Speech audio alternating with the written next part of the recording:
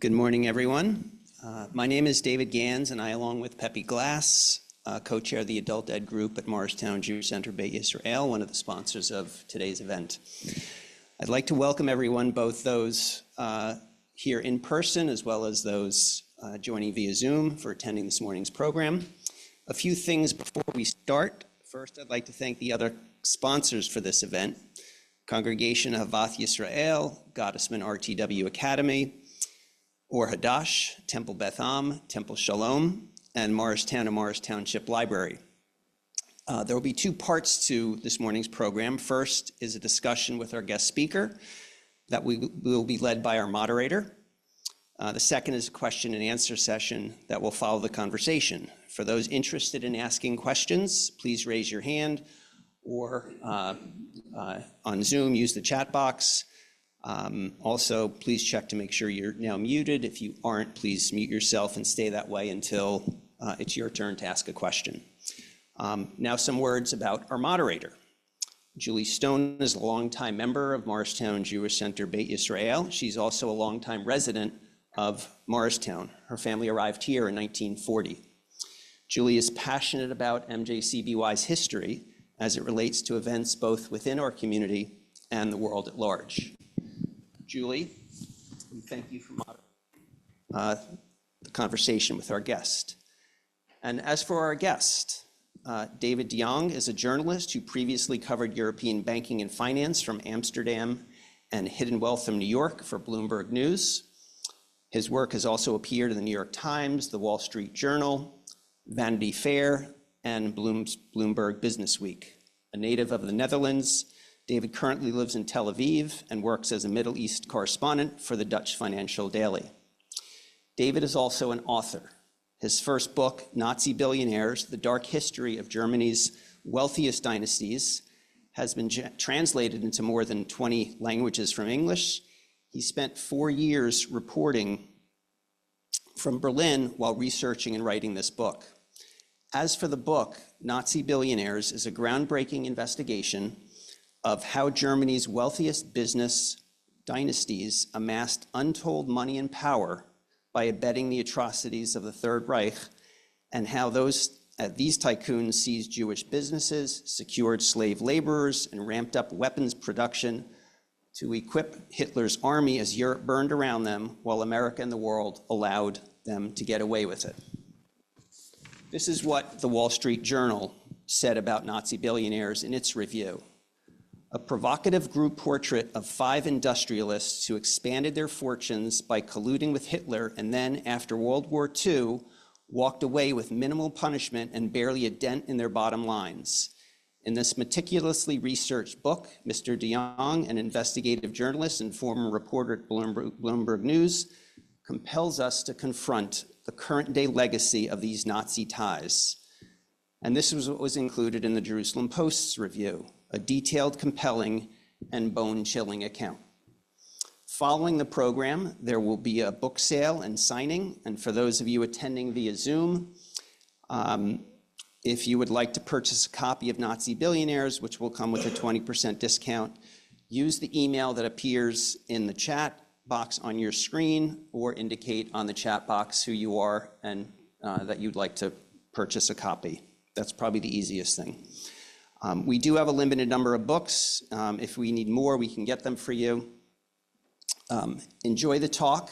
Please ask questions after Mr. De Jong finishes his conversation with moderator Julie Stone. Please join Pepe and I in welcoming David De Jong.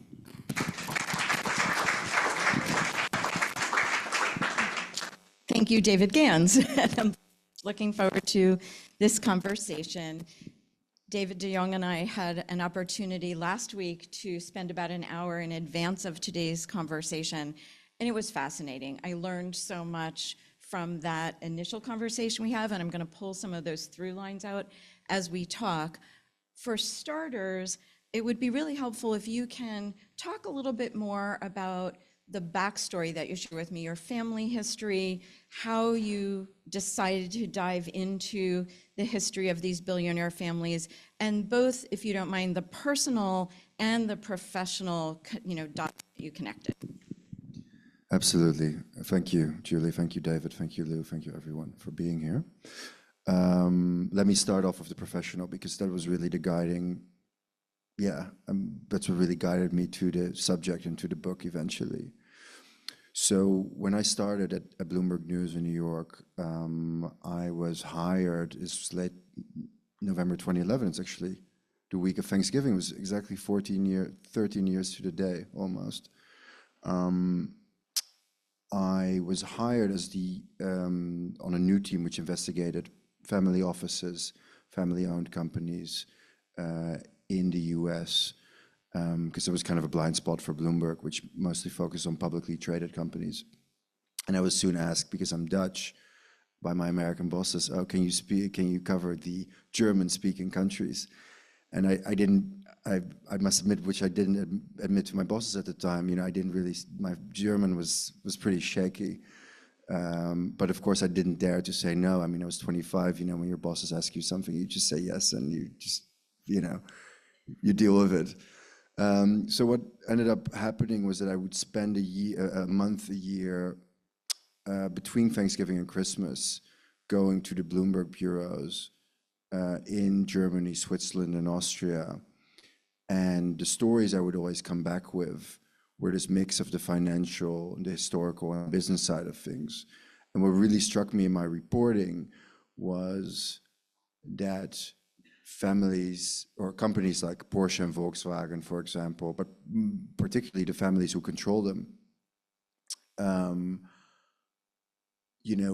they celebrate their fathers and grandfathers for their business successes, but leave out any mention of their war crimes and their Nazi affiliations, whether Nazi party membership or SS participation or donors, after they had purported to have reckoned with this history, with these crimes. And there was I found it to be such a, on, global charitable foundations, on media prizes, on museums named after these men, academic chairs, corporate headquarters, you name it. And I found it to be such a brazen whitewashing of history, such a distortion of history, that I dove into that first as a series of articles for Bloomberg, and then at one point, people said, "Oh, you should write a book about this," which that ended up happening. I left, I moved from New York to Berlin and dove into the research. But it was really kind of the contemporary whitewashing of history by some of the most well-known brands, but particularly by those families, right, who control them, who are less well-known, but are not any less powerful. That really drove me to shine a light on that lack of taking responsibility, or moral responsibility for history. Now, as for my personal history, my family history, which didn't really inform me, right? Well, it very much informed me about history, writing the book, but it didn't really lead me to write the book. My father's family were Jewish. My grandfather hid for 3.5 years in the center of Amsterdam. I actually ended up meeting the woman who it was a grandmother, a mother, and a daughter, a granddaughter who hid him and many other Jews, really in the center of Amsterdam, very close to Dam Square. And actually, the daughter or the granddaughter ended up immigrating to the US to Reich. She became a child psychiatrist, and actually I ended up meeting her. And she, there was the Gestapo would come in and would search for people, and it was really, 3.5 years in hiding is a long time. So he managed to survive, and my grandparents were separated at the time, and my grandmother was Swiss, and my 3-year-old aunt who passed away in June. They fled to Switzerland together with a companion, a painter called Max van Dam. And they were arrested by the Gestapo on the French-Swiss border.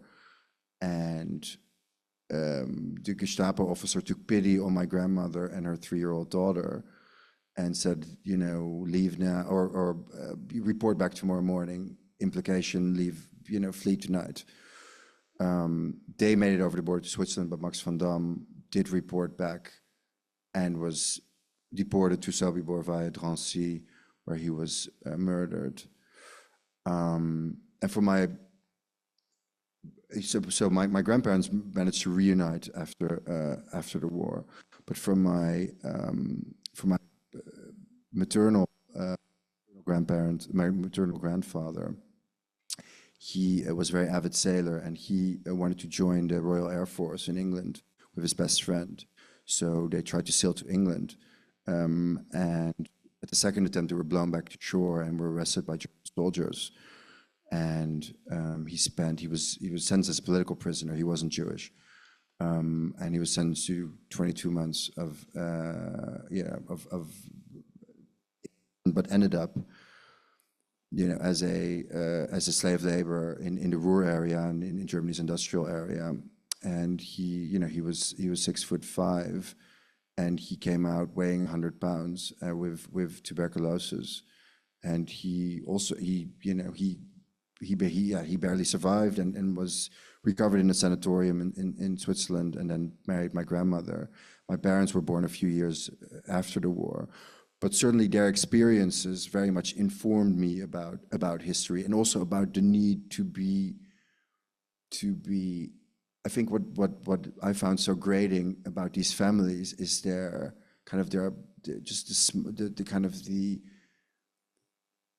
smugness with which they champion their fathers and grandfathers as these kind of business heroes, which they were very successful in business, sure, but they also led, you know, they also exploited tens of thousands of forced and slave laborers, and you know, robbed you know, Jewish families of their businesses without any compunction or any kind of recourse after the war. And I found that hypocrisy so great that I really wanted to shine a light on that. So thank you so much for sharing the backstory, both professionally.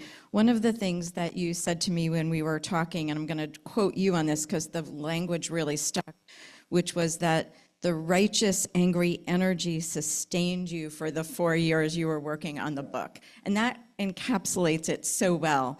One of the things that I think might be helpful for the people joining us is if you can maybe talk about some of the overarching themes that you uncover as you go through the book. That, you know, some of it is the wealth accumulation, but there's so much more, and then we'll dig into some of them in more detail. Let me first go into the families and why I decided to focus on these 5. First of all, the 3 contemporary reasons were they still had to be active in business today, either through consumer-facing companies like BMW or Porsche or Volkswagen. It's not only car brands; it's many other brands as well. Or they had to have, you know, massive family offices which invest billion in private equity, real estate, or art, you know, equities, you name it. But many people ask me, so why didn't you write about Thyssen or Krupp in the book, for example? Well, it's because these dynasties are not around anymore. They're no longer relevant, right? The Krupp era, you know, the Krupp family stake was left to a foundation. The last heir died in the 80s. The Thyssen's literally immigrated to the Pampas in Argentina and don't play a relevant role in global business. So that was one condition. Secondly, it had to be a dynasty that continues, that has a next generation, so it doesn't die out. And then thirdly, it had to be a small shareholder group. So either from 2 shareholders, like the controlling shareholders of BMW Group, to a dozen with the Porsche and Pierre families, for example. Because if you look at companies like Henkel or Siemens, for example, they have hundreds of family shareholders, and they don't really have any kind of effective economic control over the companies anymore. They don't really have a say they don't have much of a say. So these are the three contemporary conditions. And then historically, these families must have profited en masse from the Third Reich. So that's either through mass weapons production, mass armaments production, the so-called Aryanization process of Jewish-owned businesses. So the wholesale expropriation of Jewish-owned businesses, but it wasn't only businesses. I mean, it was also equities, bonds, real estate, art, and which was a practice, of course, that continued in German-occupied Europe during the war. So it also focuses on the wholesale robbery and theft in the occupied territories. And then thirdly, the mass exploitation of forced and slave labor, of people who were forced into forced and slave labor. An estimated between 12 and 20 million Europeans were exploited in German factories and mines during World War II. So taking that into combined, the families that I ended up choosing, and they are first and foremost the Quandt dynasty, which control the BMW group today, which is not only BMW, but it's also Rolls-Royce and Mini. Two of the siblings, Stefan Quandt and Susanne Klatte, are Germany's wealthiest family today, with an estimated fortune of 50 billion. They get 1 billion euros in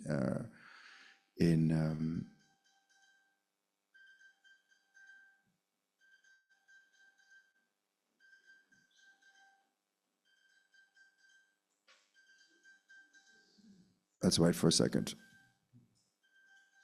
That's all right. It's an alarm. It's a mystery phone. Yeah. I've gotten so used to rocket alarms now that Right. No rocket alarms in New Jersey, thankfully. So the first is it's the Quandt dynasty, which controls the BMW group.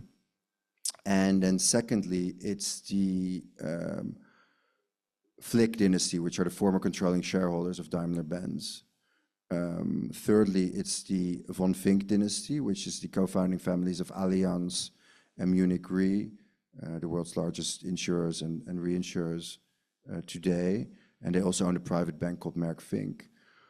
Fourthly, it's the Oetker dynasty, which controls Germany's largest beer brewers, but also a whole range of luxury hotels in Europe and North America. But they're mostly famous for their baking powder and pudding mixes and cake mixes. And then fifthly, it's the Porsche-Piëch dynasty, which controls Porsche, Volkswagen, Audi, Seat, Skoda, Lamborghini, and many other car brands. At the end of the book, I also give a dynasty called the Rymans as a counterexample, and they own most American consumer brands like 7-Up, Snapple, Keurig Green Mountain, Panera Bread, Einstein Bros Bagels, and many other American Krispy Kreme donuts, and many other American consumer brands. So those are the ones that I ended up picking. Yeah. So since you mentioned the families and the Ryman family, do you want to maybe flash forward to some of the key differences in today's world about how those families and the heirs or second or third generation have dealt with the issues of transparency or not? Because that's one of the things that I took away at the end, is that there were some vast differences. And I think that would be of interest as well. Absolutely. And let me first go into a little bit in the history of how these people got off after the war, because I think that's an important one to establish, right? I mean, we've now established how they profited off of the crimes of the Third Reich, but how did they get off? So of the 5 patriarchs, or of the 5 dynasties that I focus on, only one ended up being in Nuremberg, which is Friedrich Flick, together with his managers. There were 3 industrialist trials at Nuremberg.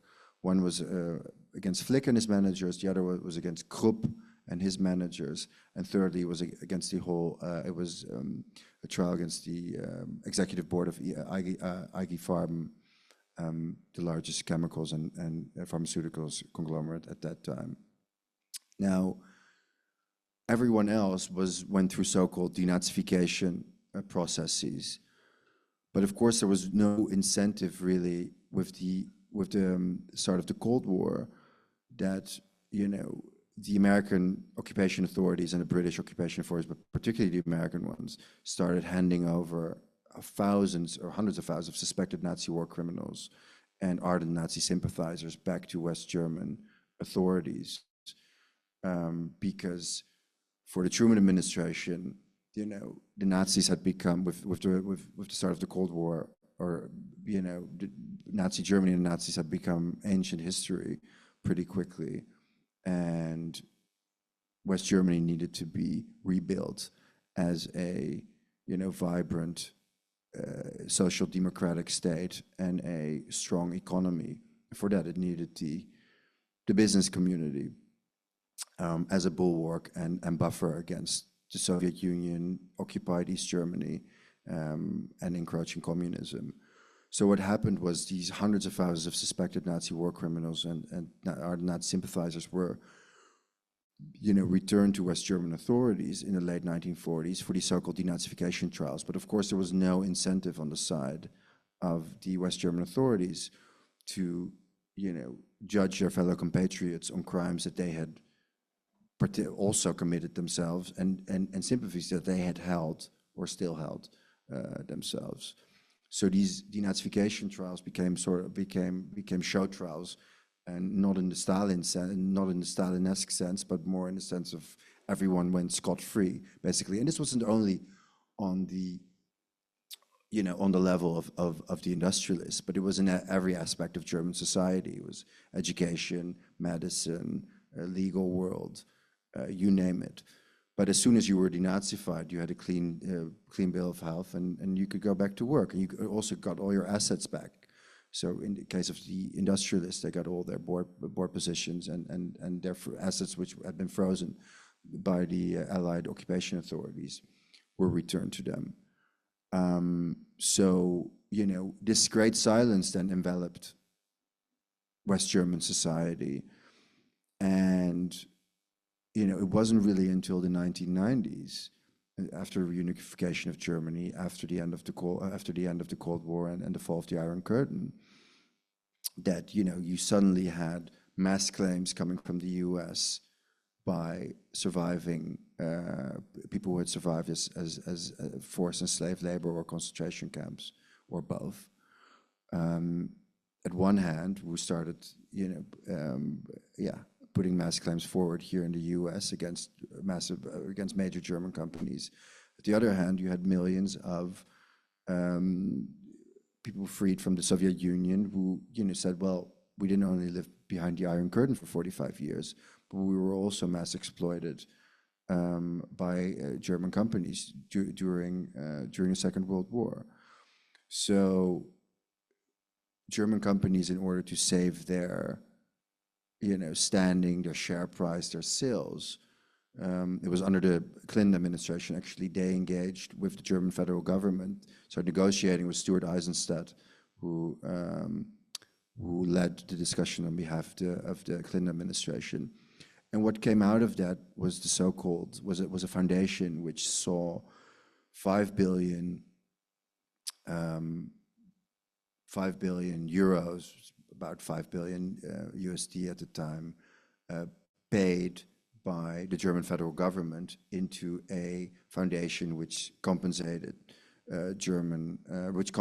people who had survived as former forced and slave laborers. And the other 5 billion was paid by German business. But about 60% of the 5 billion paid by German business was only done by 18 companies, and thousands of companies only paid in a symbolic amount of 500 euros. But the highest payout was about for somebody who would survive the concentration camp and who had been exploited, was only 7,600 euros, so about 10,000 USD, so pittance, right? But in that settlement, also crucially, there was a clause which said German business as a whole doesn't need to acknowledge any kind of wrongdoing culpability for the crimes that happened in our factories or mines during the Third Reich. So they paid money, but they didn't take any kind of actual responsibility for history. It wasn't any kind of acknowledgement of wrongdoing. There wasn't any kind of taking moral responsibility for history. So now they could pretend that that nothing had ever happened, basically, because they had paid up and they didn't have to admit any wrongdoing. So which led in turn, families like the Quants or BMW rename their major philanthropic foundations like the BMW Foundation or the Ferry Porsche Foundation or the Oetker Foundation, I mean, you name it, or the Friedrich Flick Foundation, after these men being championed, and having their names all across Germany, but not only across Germany. I mean, there's also, if you go to Georgetown University, there's the annual Herbert Quandt lecture, named after the BMW Foundation as the Inspire Responsible Leadership after a man who built a satellite concentration camp in German-occupied Poland, who exploited thousands of forced enslaved laborers in a battery factory in Berlin, including hundreds of concentration camp captives, hundreds of female concentration camp captives from Auschwitz, who acquired companies stolen from Jews in France. And today, BMW's largest foundation is named after him with the tagline, Inspire Responsible Leadership. So it is that, insidious, whitewashing, hypocrisy, you name it, that is really something that I wanted to shine a light on. And if you take the Ryman example as a counterexample, so the Rymans have this bizarre story, and some of you may have read it because it was also largely reported in the New York Times, where in March 2019, the Rymans, which were kind of Germany's newly richest family, by acquiring all these American consumer companies, they discovered or Bild, which is the largest tabloid in Germany, discovered that their father had been a ardent Nazi sympathizer, who had actually served for the Nazi party in their local municipality, father and son, Albert Ryman Jr., Senior and Junior, who wrote letters to Himmler saying, we're an Aryan company, we also exploited forced enslaved laborers in his chemical company. So that all came out. And then 3 months later, this massive story in the New York Times appears about the Rymans having a Jewish grandfather, or the controlling shareholders on the other side, because Albert Ryman Jr., this virulent anti-Semite and Nazi party member, was married, but had an affair with one of his employees. It wasn't an affair, it was a long-standing relationship outside of his marriage, which remained childless. Had 3 children with the woman he had the relationship with, and her father had been murdered, was Jewish and had been murdered in the Shoah. So you suddenly had Germany's new wealthiest dynasty, having both stemming from perpetrator and victim. So this bizarre dual identity. So they immediately renamed their foundation, and they spent 250 million euros every 10 years in perpetuity, which is an enormous amount, to fund Holocaust research, to fund, to look for survivors, to give them financial compensation, to really do cutting-edge research on anti-Semitism and Holocaust, to fund a lot of academic chairs as well, all named not after the Nazi father, but after the Jewish grandfather who had been murdered, Alfred Landecker. So you really had, Germany's new wealthiest dynasty, business dynasty, really putting their money where their mouth is and giving a very, I would say, an excellent transparent counterexample by still being transparent about who their Nazi father and grandfather was, but also, telling the story of Alfred Landecker and actually making Alfred Landecker central. But of course, the Romans are a complete exception to the rule, right? Because it's a bizarre coincidence in a way, but at least it provides for a good counterexample to all those dynasties who are, championing their fathers and grandfathers without any kind of, moral responsibility or responsibility to history. Thank you for sharing that particular story. There's so many in the book. One other one that I was going to ask you to call out, and then we'll move back to some macro themes, was about the story of Adolf Rosenberger and the Porsche family, and how that played out in terms of a Jewish co-founder, and then sort of the journey or the roller coaster that happened to Adolf Rosenberger. Yeah, so Adolf Rosenberger was one of the three co-founders of Porsche, car design firm. So he co-founded together with Ferdinand Porsche, who everybody knows as the inventor of the Volkswagen, which is also not technically true because it was a Jewish man called Alfred Ganz who came up with the idea, and it was basically then who inspired Hitler to commission Ferdinand Porsche to create the Volkswagen. So it was Ferdinand Porsche, it was Adolf Rosenberger, and it was Ferdinand Porsche's son-in-law, Anton Pierre, who was the legal counsel. So Rosenberger was the commercial director, Porsche the engineering brain, and Pierre the legal counsel. So this triumvirate established the Porsche car design firm in 1930. And in 1935, Adolf Rosenberger was pushed out as a shareholder for being a Jew.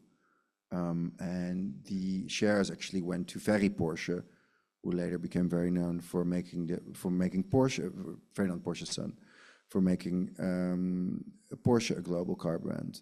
And it was an Aryanization. He was paid the nominal. He wasn't paid the market value for his shares in Porsche. He was paid the nominal value, even though the Porsche car design firm, because of its design of the Volkswagen, had become a highly profitable endeavor in those 5 intervening years.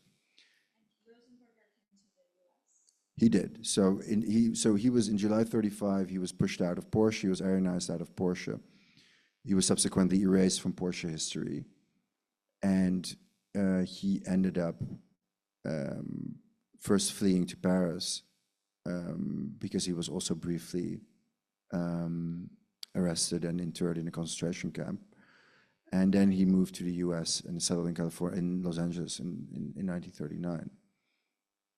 And actually, as a result of the book, the Porsche Pierre clan ended up having a moral settlement with the heirs of Adolf Rosenberger, who live in Claremont, California, because in spring 2020, when my book was first published, Porsche was in the process of being spun off out of the Volkswagen Group, and it was a massive stock market listing. It was an IPO, initial public offering at the Frankfurt Stock Exchange for Porsche of a 70 billion euros, giving it a 70 billion euros market value. And institutional investors, and my book came out in April 2022, just as Porsche and investment bankers and lawyers were doing investor roadshows throughout the world, so kind of pitching Porsche to potential institutional investors. And I wrote an essay for the New York Times in publication of the book. And institutional investors, particularly in the US or in North America and in the UK, started asking them, Porsche, well, if you're lying about your history, are you also going to lie about your financials? So they actually had to put in a clause in the SEC filing here in the US saying, revelations from the period between 1933 and 45 may come out that may affect our stock price adversely. And as a result of that, they decided to clean house and to actually engage, because they had been negotiating with the Porsche or with the Rosenberger heirs for years, to actually agree to a moral settlement, because there had already been a financial settlement in 1950, where Adolf Rosenberger's lawyer behind his back made a deal with the Porsche Piech lawyers and ended up giving Adolf Rosenberger 50,000 Deutschmark and a choice between a Porsche sports car or a Volkswagen Beetle. And yeah, and you know, this for the 10% shares in Porsche, which today would have been worth about 7 billion. Yeah, so since the financial settlement had already taken place, there was no legal recourse there. So a moral settlement where Adolf Rosenberger is now being rewritten back into Porsche history, where he's getting his rightful place back in Porsche history as a co-founder, even being even the Automotive Hall of Fame in Dearborn, Michigan will also include him in its Hall of Fame. Things like that. They've also commissioned a study on the life of Adolf Rosenberger, which is being paid for by Porsche. So yeah, so you know, the Jewish co-founder of Porsche is getting his rightful place in history back. So yeah, I think it's definitely one of the most valuable things that came out of the book so far. And thanks to you, in part, it sounds like he's getting his place in history back, because you said the book was fundamental to.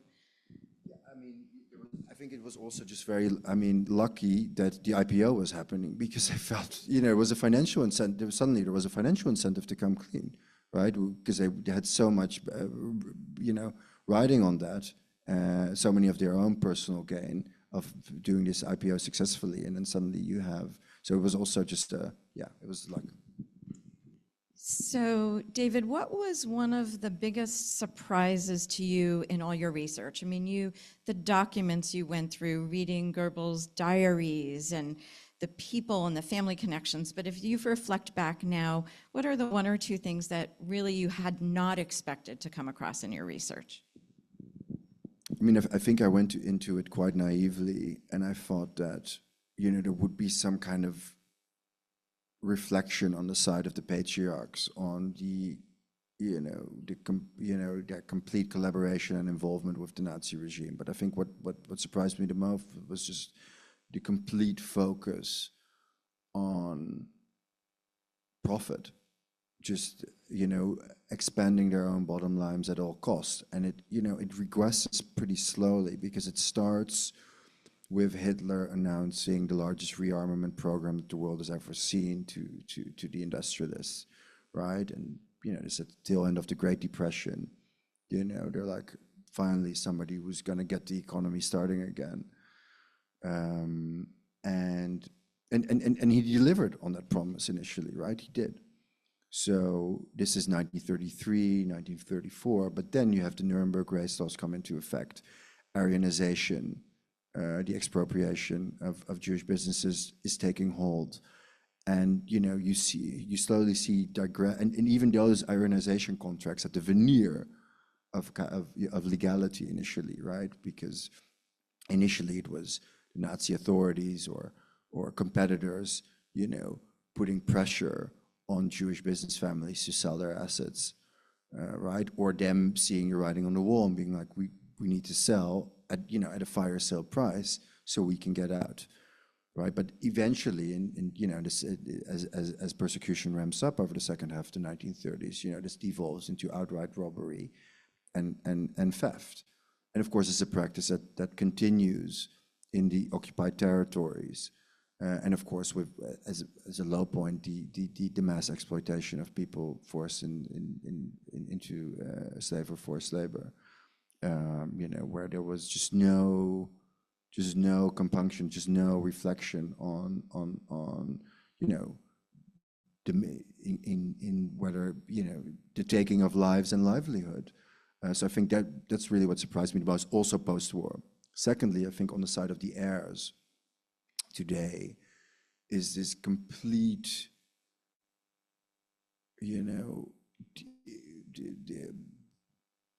complete inability to distance themselves from their fathers and grandfathers. And for the book, I reached out to all the families, and I ended up having one heir, Gerd Rudolf Flick, a grandson of Friedrich Flick, corresponded with me on the record. And he said, yes, many bad things have come out about my grandfather. Mind you, this was a man who was convicted at Nuremberg for war crimes and crimes against humanity. But, he gave us so much more than wealth alone. And even him, who was quite candid and reflective, right? This is a highly intelligent man, was unable to distance himself from his grandfather because their entire identity is shaped as heirs. And that made it, and this is a little bit, because the rest didn't either decline my interview requests or decline to comment or decline to answer my questions, or their company spokespeople gave such answers that they were kind of non-answers, right? Their entire identity is kind of shaped as heirs. So to come out and to disavow their fathers and grandfathers, it's like what is left of their own identity then? That's one thing. And of course, especially for those who have listed companies, they're very worried about, and particularly in Germany, where it's not going very well economically, particularly in the car industry, which is the backbone of German business still today, to come out and say things that might hurt the brand. Because what I've really noticed is like the myth of Porsche, the myth of BMW, the myth of Audi, they need to be protected at all costs. And I think saying something for these very private heirs that might, adversely affect their shares, their sales or their standing is something that they just refuse to do instead of taking responsibility. So fascinating on so many levels. So one last question I'm going to ask before we open to questions from the group, and that is, actually, no, I'm going to go back to Flick for a minute. Flick was the one who was tried at Nuremberg, if I remember right. And one of the things I found really interesting when I read the book was that he hired a U.S. attorney and appealed through the U.S. court system, only to have the Supreme Court refuse to hear the case. But, think about the connectedness of that. So history, reading about Nuremberg, but not even thinking that someone would attempt to have it overturned in the court system here. So I just wanted to mention that. And there are so many hidden gems and insights like that throughout the book. So what is most important for you, for people to take away from reading your stories, your research, and then we'll open it up for more questions? I mean, I think it is, be mindful of, where your money ends up that you spend on these products, right? I mean, not on these products. I mean, I would say don't drive yourself crazy, because I'm certainly not one to advocate for any kind of boycott. I'm a big believer in free choice and individual liberty, and I think, people should drive or eat or whatever they want. But do be mindful about that the money you spend could end up, as dividends for these families and go towards the maintaining of these major foundations and museums and academic chairs, named after Nazi war criminals. I mean, it is really, again, it's an appeal to historical transparency and how important it is. Sunlight is the best disinfectant. I mean, it really is. But I'm also not advocating or I'm not arguing for that they should give more money. I think what I'm arguing for is really just taking responsibility for history, and I think that's kind of the lowest, it's not give more money to such and such cause. No, it's taking responsibility for history, and that's really what one should take away from this book. Perfect, thank you. So we'll first open to questions in the room, and you can either come up or I'll repeat your questions so people on Zoom can hear. And then I think we'll also check to see if people have posted questions. So Joyce, you had your hand up first.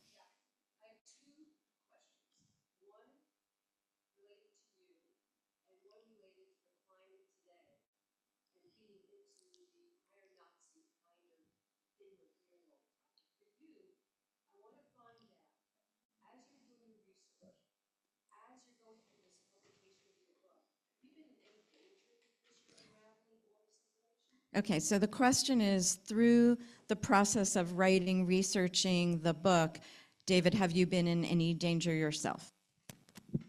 So far, no. Listen, for these families, we're extremely private. The worst PR strategy from their perspective is to go after a foreign reporter and to send high-powered lawyers after him. What they want to do is they want to sweep it under the rug. They want to ignore it. So suing me or suing, I don't know, HarperCollins, my publisher, which is owned by News Corp, which is owned by Rupert Murdoch, would bring this, that would bring about, so much more unwanted attention. Oh, I don't know. I mean, no, my physical harm, no, it's more, my physical, no, I never received any kind of threats. I received one lawyer letter in the process of this, and it wasn't even from a family that I wrote about. It was about a different family, which I'm soon will be writing on, but yeah. Right. So Joyce, your second question is about the climate today relative to anti-Semitism, and also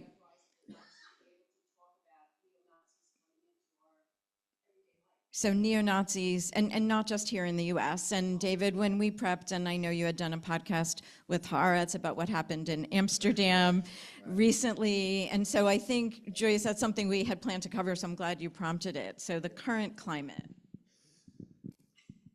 The current climate is exceptionally fraught. I mean, it's very weird sitting here, living in Tel Aviv, coming from Amsterdam.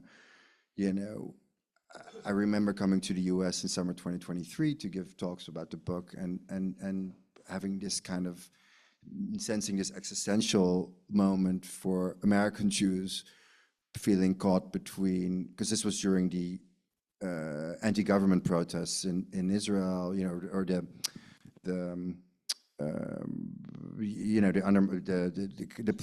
judicial reforms exactly by the current government, seeing, having the sense that Israel is no longer the beacon of liberal democracy it once was, or as it is perceived by American Jews, perhaps. And at the other hand, the rise in anti-Semitism in the US between Kanye and Kyrie Irving. And, as somebody, as a European, and I was also saying this when Lou and I drove in, and said, oh yeah, well, we also now need to have security at our synagogues, and of course, since Tree of Life and other horrific attacks, this is something that for the remaining European Jewish community in the Netherlands or in Germany or elsewhere, it has been a fact of life for many decades. I'm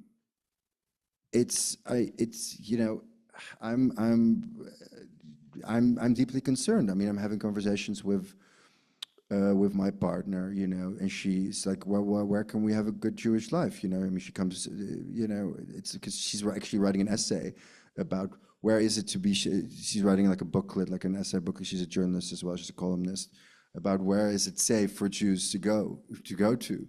She's like, and I told this to Julie. It's like, why don't we go to California? Why don't we move to California? There's the weather is good, and there's I think she said like 1.5 million Jews there, and this is like the kind of conversations we're having, and I think, especially as we certain thing of having children, wanting to raise them as Jewish, and it's really I don't have an answer for you. I'm sorry, Joyce, but yeah.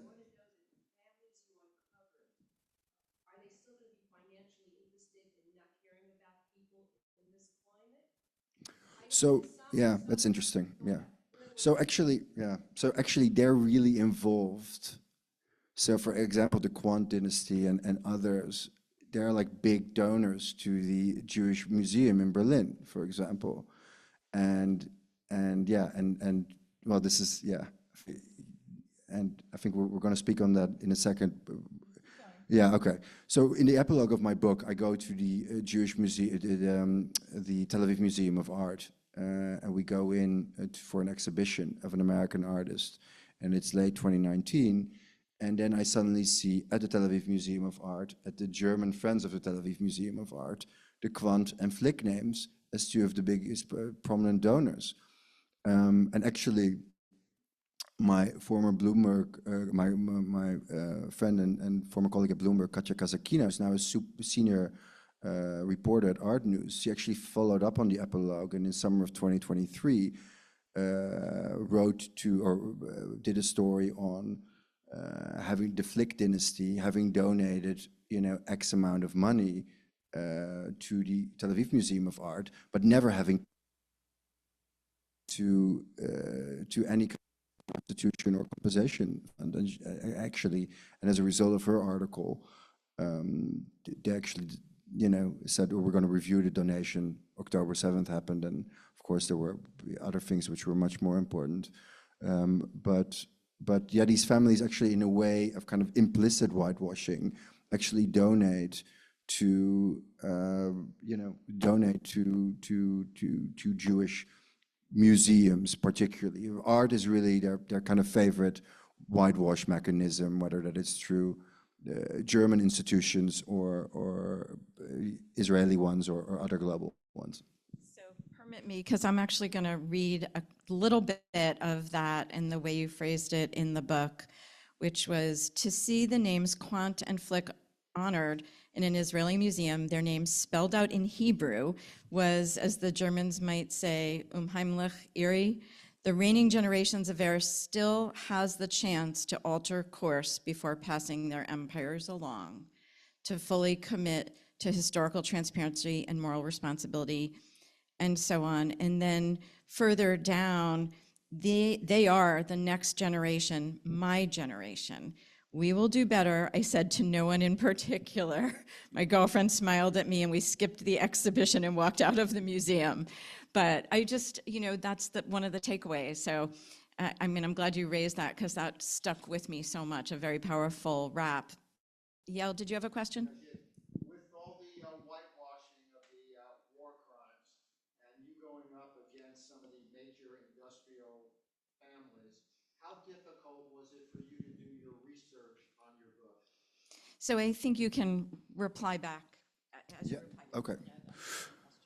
Yeah, So yeah, first of all, it was difficult because I was writing a book in English, right? I'm a native Dutch speaker, mainly based on German sources.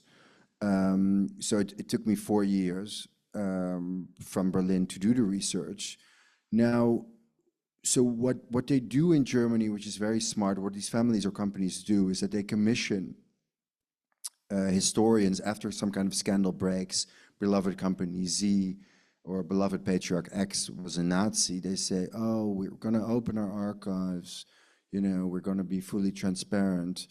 And then to kind of pacify the subject, you don't hear anything about it for the next 4 to 5 years, and then suddenly an academic tome of 1,200 pages in German appears, which never reaches a broader audience in Germany, which is already kind of inundated and desensitized about revelations still on a daily basis, let alone ever reaches a foreign audience, actually of family members of survivors of forced slave labor, or you name it. So there are certain archives, like for example, the Flick archive is literally located in like the most northwestern corner of Berlin on a like remote industry terrain, complex. You go there's like a back entrance. You go up 3 stores. You have to make an appointment first. And then, it's really they want to make the bar of access as high as possible. But there are archives. They're not the complete family archives. They're pretty much delineated into what the family wants people to see or have access to. But that was an important source, as were these, these academic tomes, newspapers, diaries, memoirs. Because one branch is also, the quant branch is also related to, as Julie mentioned, to Magda and Joseph Goebbels, which is an important storyline in the book. Because the most important patriarch in my book, Günter Quandt, then uses that as a defense after the war, saying, well, but I was persecuted by Goebbels because he was married to my ex-wife, and even though he was one of the largest profiteers of the Third Reich. So there were many stories, but of course, the fact doing, I think, the most, when it came to doing getting an external fact checker, reaching out to these families at the same time, doing the line edit. I mean, it was just a very careful endeavor. With these to make sure that everything was correct and that you don't make any mistakes, because then you do give them an opening to send high-powered lawyers after you after the book is published, and that has not happened yet. Sounds interesting. It just seems that, thank God, Germany did not win the war, but if they would have, these are the families that would have been acclaimed as part of the reason for the success of the Third Reich. Yeah. Thanks, Yael. So, Pepe, you have a question from the Zoomer. You have a question? Okay. Okay. I wanted to know, since you are a Dutch speaker, have you thought about doing any research into your own country and their responsibility for what happened to Dutch Jews during the Second World War? So the question is about doing further research into the Dutch community and what happened to the Jewish community there. High-level summary. So that's a very interesting point. So first of all, just as a bit of background, the Netherlands, relative to population, deported the most Jews in Western Europe, and is only only third after Poland and Hungary, relative to population, of the most Jews that were deported. So some of you may have heard about Nina Segal's book. Has anybody heard about that? The diaries. She's a New York Times reporter based in Amsterdam, who just did this fantastic book about, and why am I blanking on the name? But it's about diaries, Dutch diaries during wartime, and so she's really delved into the subject. So I just did a big investigation, which took me a year and a half, on what is currently Germany's richest man. It's a man called Klaus Michael Kühne, who's 87 and has an estimated fortune of 44 billion. He's the largest shareholder of Kühne and Nagel, which is one of the largest freight forwarding companies in the world. He's a large shareholder of Lufthansa Group, of Hapag-Lloyd, which is a large shipping company, of Brenntag, a large chemical distributor. And his family, Kühne and Nagel, was part of the so-called, was commissioned by the Nazi authorities to ship looted goods, or to transport looted goods that had been robbed from Jews that had been deported. Their houses were emptied in the Netherlands, France, Belgium, and Luxembourg, to Germany, where they were sold for fire sale prices or were auctioned off. And I'm actually going to do research in 2025 at some point about the role of Kühne and Nagel specifically pertaining to the Netherlands. So that's going to be, I think, my contribution. Yeah. Paul, you have a question? You mentioned Stuart Eisenstadt. He did work with the art world, bringing the art that was confiscated by the Germans during the war and bringing it back to the people whose families had that art. Yeah. Did you do any research on that as part of your book? So I actually just So I would just say the question for those on Zoom is going a little deeper into Stuart Eisenstadt, the work he did in the art world, and David, any research you did. So I actually just delved into that for the Kuhn and Nagel article for Vanity Fair because Kuhn and Nagel didn't only transport looted goods, but they also transported not only household goods, but they also transported very valuable looted art, and in some cases lost them, like invaluable Monets, Cézannes, etc. But this year is also the 25 years since these so-called Washington Principles, which is about the restitution of looted art. And I mean, this is still one of the things that are massively ongoing, right? I mean, there's still so many cases that I read about of heirs getting art returned after many decades of litigation. You know, German museums refusing to give things back, Dutch museums refusing to give things back, American museums. So I would say the two things of kind of the compensation or legal recourse or restitution cases that are still mostly ongoing, it regards art primarily, and secondarily stolen real estate. Thank you. And so, David, do we have any questions on the Zoom? So this is from Ariane Burke, who is reading David's book. She says that she was unaware of the industrialists touring the camps like Dachau, and asked, did that continue during the war, or did they stay removed from the sources of their cheap labor? So the question is a little deeper into the touring of the, I guess, the slave labor camps pre and during the war, and any more details there. Yeah, that's a very good question. So what they tried to do after the war was really a kind of plausible deniability, where they said, "Oh, we run conglomerates with hundreds of thousands of employees. We had no idea what was going on."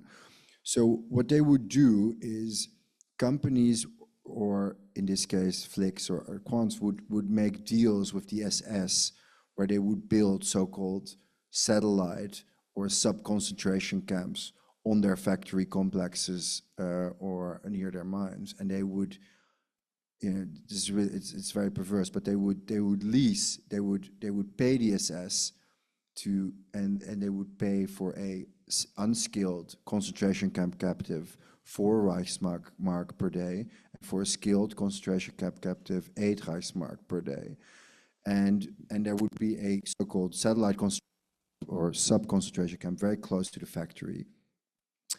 They would be built by the SS. The SS would guard the factory, and that gave a sustained influx of forced and slave labor, as German men had been called to the various fronts. Now, one of the things that, for example, in the Flick trial became very crucial was establishing the evidence that Friedrich Flick was aware of what was happening in his many steel arms and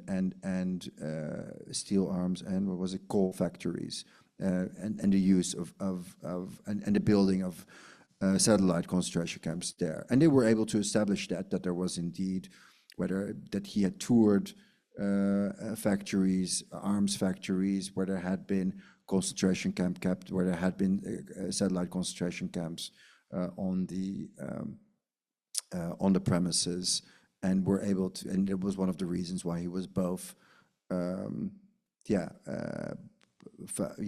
guilty on both the war crimes and crimes against humanity charge.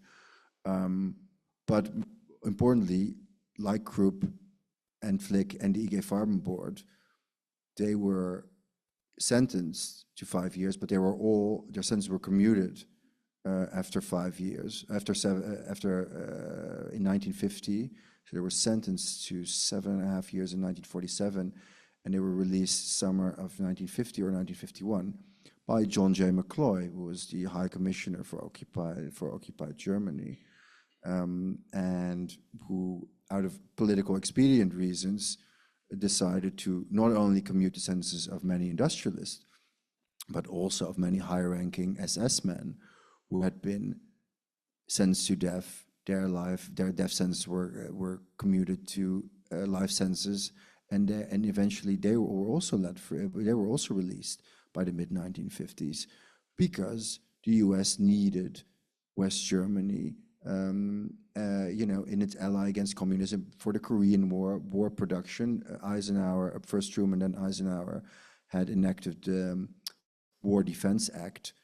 American factories were busy churning out weapons for the war, and they needed West Germany, their now crucial ally, to kind of fill in this production gap of consumer goods, and also as an ally in NATO. And then Adenauer, the then chancellor, said, "Well, if you're, we can't, in good faith, as long as you're keeping our men in prisons on our territory, can't have like an equal partnership." So these were really massive political expediences that led to, in addition to these flawed denazification trials, also led to many high-ranking SS men and the industrialists being released as part of political calculations. And that's a part of Cold War history I don't ever remember being part of the dialogue here or learning about. So David, I think you have another question, and then I think we'll wrap up in a moment. I know you had spoken about, as part of when you were writing the book, that you reached out to families. Some responded, some didn't respond, and some of the responses were really non-responses. I was wondering, after the publication of your book, did it prompt any journalists for German newspapers to write any articles and reach out to those families? So the question is basically about post-publication, what was the interest within the German press to what you uncovered and wrote about?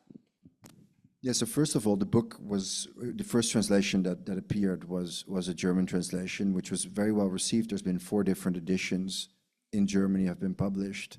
The hardcover, the paperback, and 2 separate special kind of limited editions by 2 different publishers.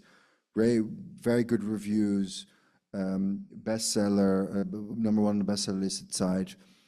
But German journalists find it, Germany at its core is still a deeply conservative, provincial, and hierarchical country.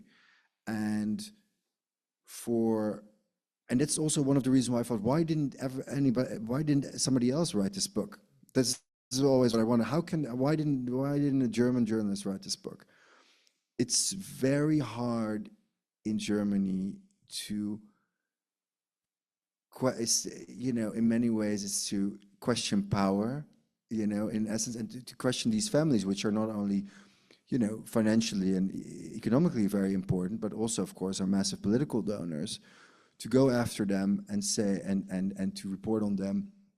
And there's also very strict press laws in Germany, much stricter than the US is really. The First Amendment protects so much more than, say, for example, if you look at the libel laws in the UK and in Germany. It's really hard to go after them because they can also flip the question around and say, yeah, but what did your father and grandfather do during the Third Reich? What did your family do? And who are you to question us, basically? Because it is still very much kind of that kind of power dynamic that is very much at play at the core of Germany. I always, there's this still this perverse mix of self-hatred and superiority that the Germans suffer from, which is a very combustible mix. Yeah. It's interesting, and bringing it back a little bit to Morristown and growing up here as we wrap, there was a member of our congregation who had a Mercedes-Benz dealership. He was someone who came from Germany here, and I just have my father's voice in my head saying, how can he possibly have survived and be running a car dealership to make money for any German-owned company? And, you know, it's the sort of your takeaway of know what you're buying, who, what's behind it, and the money. You know, growing up in a household where buying anything German or Japanese was just absolutely off the table. And it was a time when people were conscious of it. It's sort of in my DNA, but I don't know that it is something we think about globally or what's going on today. So I thought it was just an interesting through line. And some of you, I'm looking around the room, probably know exactly which car dealership in person I'm talking about. Is it the one where you immediately drive into town? You see on your right hand? Did you? Okay. Okay. Anyway, I really appreciate everyone coming. David will do some additional book signings outside the room. And thank you so much for sharing your history and everything with us.